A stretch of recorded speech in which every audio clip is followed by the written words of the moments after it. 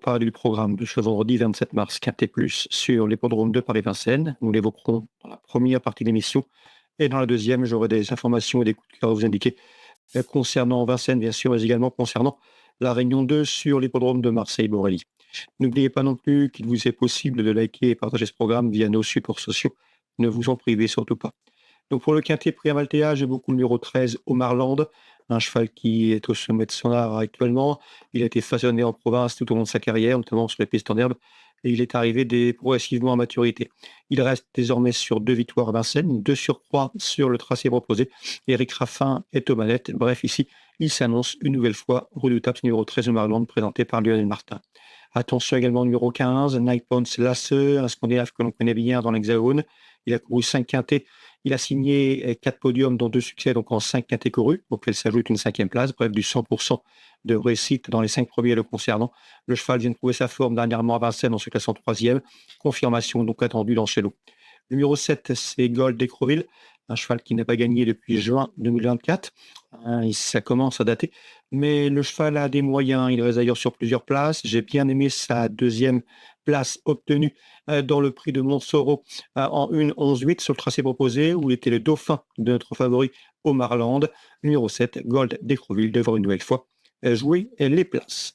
Le numéro 8, All Black Mess, a signé 2 places de 2e en 6 quintets courus, preuve de son efficacité à ce niveau. Sachez également qu'il est en forme. Il a pris la 2e place de l'étape du GNT disputée à Amiens en début de mois. Confirmation entendue. Pour les accessites, je me fierai numéro 5 dans cette épreuve, Jarnizinho Sport, qui vient de prouver sa forme en s'imposant à Enghien le 13 mars. Auparavant, il avait pris une 6e place sur le tracé proposé sur ce parcours. Le cheval doit batailler pour les accessites. Numéro 12, c'est Icar du Béril, qui revient à Vincennes avec des ambitions. Lors de sa dernière venue dans le Temple du Trot, il avait fait la faute dans le dernier tournant alors qu'il était compétitif pour un accessible dans le prix Montflanquin, course dans laquelle Nine Slash se classe 3e. Donc ça lui confère une chance à ce numéro 12, Icar du Béril, pour ce retour en région parisienne. Attention à lui, il peut faire afficher une belle cote. Le numéro 10, Inérit, se recommande de 3 places en 9 catégories. À mon avis, il n'a plus de marge de manœuvre, mais la dernière fois, il a pris une 7e place dans un lot plus relevé. Il serait donc imprudent de le sous-estimer, tout comme le numéro 9, Aïda Sotol, peut-être plus efficace sur les pistes plates, mais elle sera pieds nus et le sérieux de l'entourage incite à une certaine méfiance. C'est le numéro 9, Aïda Sotol, un résumé chiffré, 13, 15, 7 et 8 pour les bases. Ensuite, le 5, le 12, le 10 et le 9. En partant, attention, numéro 14 dans cette épreuve Guerrier Castelet, confirmé dans les tournois de ce genre. On passe aux coups de cœur et aux infos. Voici mes coups de cœur pour la journée de ce vendredi. On commence par Vincennes et l'épreuve d'ouverture. La première avec Pierre Sorel qui présente avec des ambitions le 107 Kazanga. D'après lui, c'est une jument qui est en retard de gain.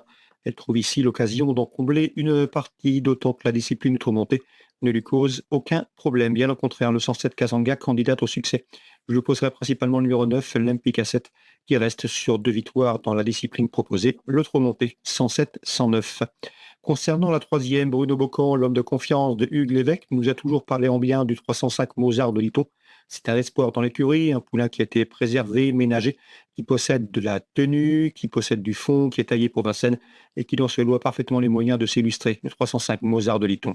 À mon avis, il constitue un rival sérieux pour le 14, à savoir Malmo de Peuch, qui sera déféré les 4 pieds pour la première fois, et pour le numéro 7 également Mystère Royal, qui n'aurait qu'à se montrer sage pour les accompagner. 305, 7 et 14. Dans la 5e, Jackie Planchard était confiant la dernière fois que le 510 Théo Vivancière, qui s'est classé 2e à Enghien récemment. Le cheval est resté bien, il devrait répéter. Il devrait, pourquoi pas, s'expliquer avec le numéro 6 dans cette épreuve Eldorado Bar, qui reste sur 2 victoires plaisantes dans l'Hexagone 506-510. On passe à Borelli, la Réunion 2, Marseille Borelli, les trotteurs à l'œuvre, avec Pierre Épichet, dont l'interview sera certainement disponible sur Canal Turf. Sachez qu'il laisse compte un bon résultat du 107 Malice Bleu, qui est en forme et qui devrait bien faire ici, d'autant qu'elle sera pieds nus. Elle devrait, pourquoi pas, lutter avec le numéro 5 dans cette épreuve Mia Ferme, qui n'a pas fait sa valeur en dernier lieu. Éric Ouanessian nous a invités à la reprendre 107-105. Pierre Épichet, confiant également avec le 415 Leslie de Vandel, qui est en forme, qui affronte un lot dans ses cordes. L'engagement est bon. Elle devrait répondre présente. Le 415 Leslie de Vandel, associé pourquoi pas au numéro 16 Lollipop The Best, qui reste sur 2 podiums et qui évoluera déféré des 4 pieds pour l'occasion. 415 et 416. Concernant maintenant la sixième, toujours à Borelli, Rémi Mourlon effectue un déplacement ambitieux avec le 615 Calanda Delvi, qui reste sur des